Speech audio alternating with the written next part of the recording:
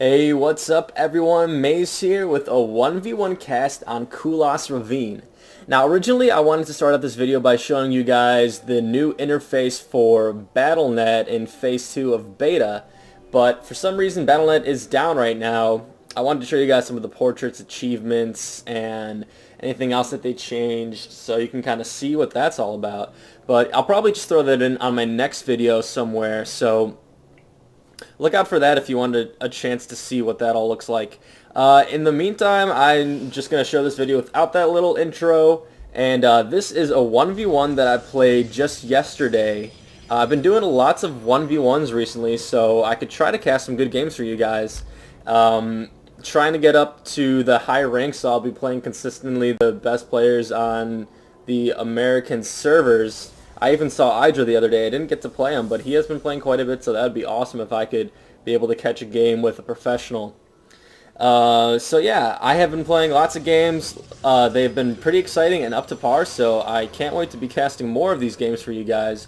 But yeah, this is going to be a PvT on Kulas Ravine. And I am going to be able to show you what I usually do as Protoss against Terran on Kulas Ravine, which is a pretty effective strategy. I'll get into that in just a little bit. But yeah, right now it looks like our workers had just missed each other. We are scouting. We are both getting lucky on our scouts right here. I think we're both going to find each other at pretty much around the exact same time. This guy was able to wall off pretty well, only with one supply depot and one barracks. I can't even get in to harass his worker. So pretty good job by him. And I'm doing the standard build for PvT where you pretty much get your simulator, and look at that, I was able to trap that SUV and he goes kasplat right there. So yeah, pretty much the standard build in a simulator, and then I will usually wait. Since this is a bigger map, I probably won't pump out a Zealot right now. I'll just go straight for the Stalker. And it doesn't seem, I doubt this guy is going to go Reapers. I mean, he might, but just in case he does, I have this Stalker. But it doesn't look like he is going to be going Reapers right now. He is getting his orbital command at around 14. Usually on 14, 15 is pretty standard for Terran players. So he's got that gas right now. He hasn't committed to any sort of build at the moment. Looks like he's just getting a Marine out right now, and my core is about to finish. One thing about this map which is really cool, especially in 1v1s, is that you can pretty much expand anywhere that you want. You can go here, you can go here, especially since we are fighting on the right side of the map. The left side is pretty much anyone's game to grab an expansion as much as they want. So I definitely recommend, if you can and you get the opportunity to, just go out and expand on a random side of the map and you'll pretty much be safe. It usually takes a little bit of time before anyone decides to scout there. Most people usually don't even.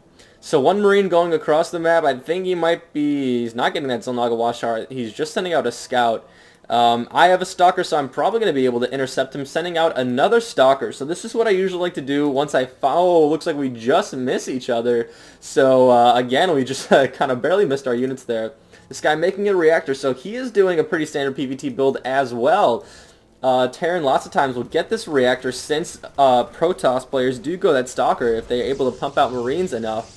Stalkers versus Marines, if they get enough Marines, and the Stalkers are in a lot of trouble. But this Marine is not going to be lasting too long against this Stalker. So yeah, here's kind of my strategy, what I do. Since this map doesn't really have a ramp, it's so easy for me to just sit back here and snipe away with my Stalker as much as I want. He doesn't even have any Marines right now. So once I get this other Stalker here, this will just be infinitely more effective. So right now I'm poking away at this SCV to make sure that bunker doesn't get up, so I can kind of harass here as much as I want. That bunker would definitely hinder that a little bit. So I've taken out one SCV. He has 2 Marines now and 2 SCVs working on here. So hopefully my second Stalker will come and I'm just able to pick off these Marines as much as I please, because right now I have the range on the Marines.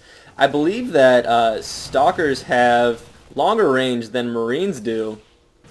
Yeah, they do. So what's kind of nice about Stalkers is that anytime you go Marine Stalker, you will always be able to get the first hit on the Marine. So that definitely gives you a little bit of an advantage. And I think this guy is going to be able to get that bunker off. That Marine just barely goes in there. And he's got his command center. He's got a super fast expansion. That kind of explains why he doesn't really have that many units to deal with me right now.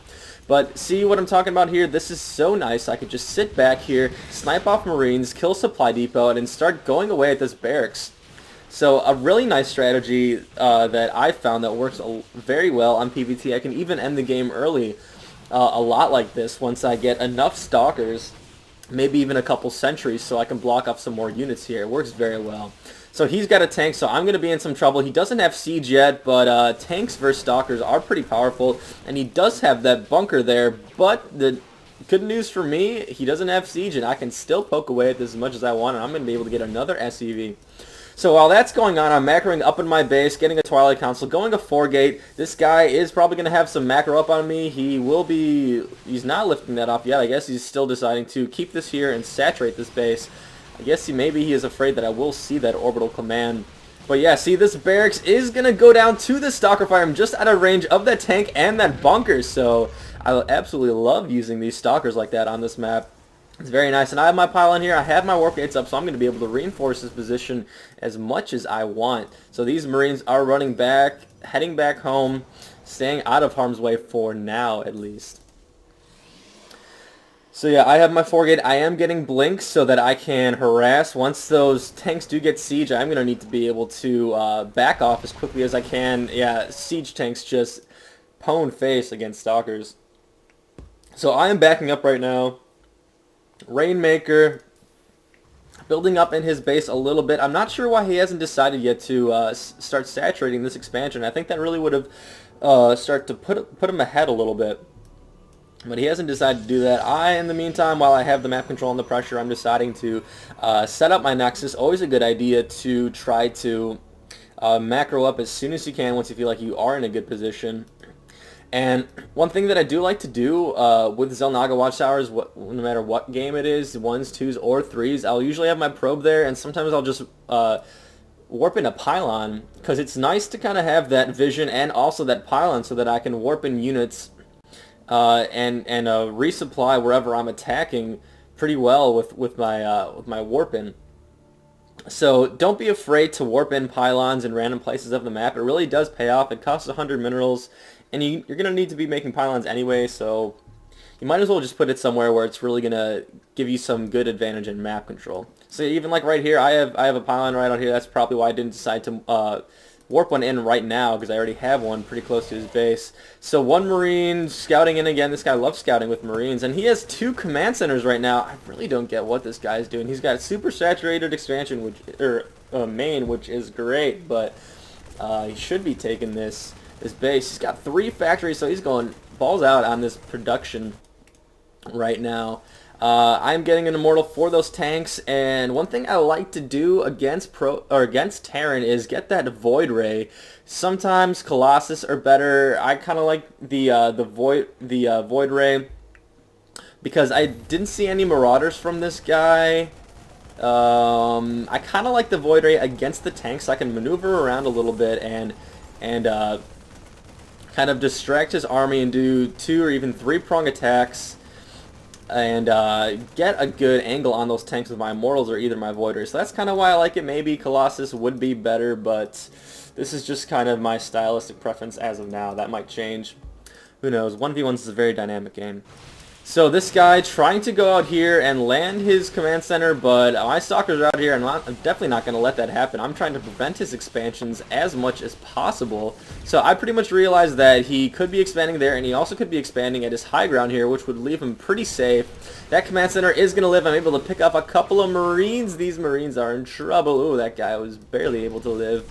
So with my Immortal and my Zealot here, I'm going to be able to blast through these destructible rocks. I don't know what this guy's doing. You know, while I was playing, I didn't see this. I thought he would just be able to lift that off. I really am kind of perplexed right now. That's what he's doing. So he is deciding that he needs to take this expansion right now. And see, this is what I'm talking about. I am just taking this side right here, because why not? He's probably never going to find this, and I'm going to have another mining base.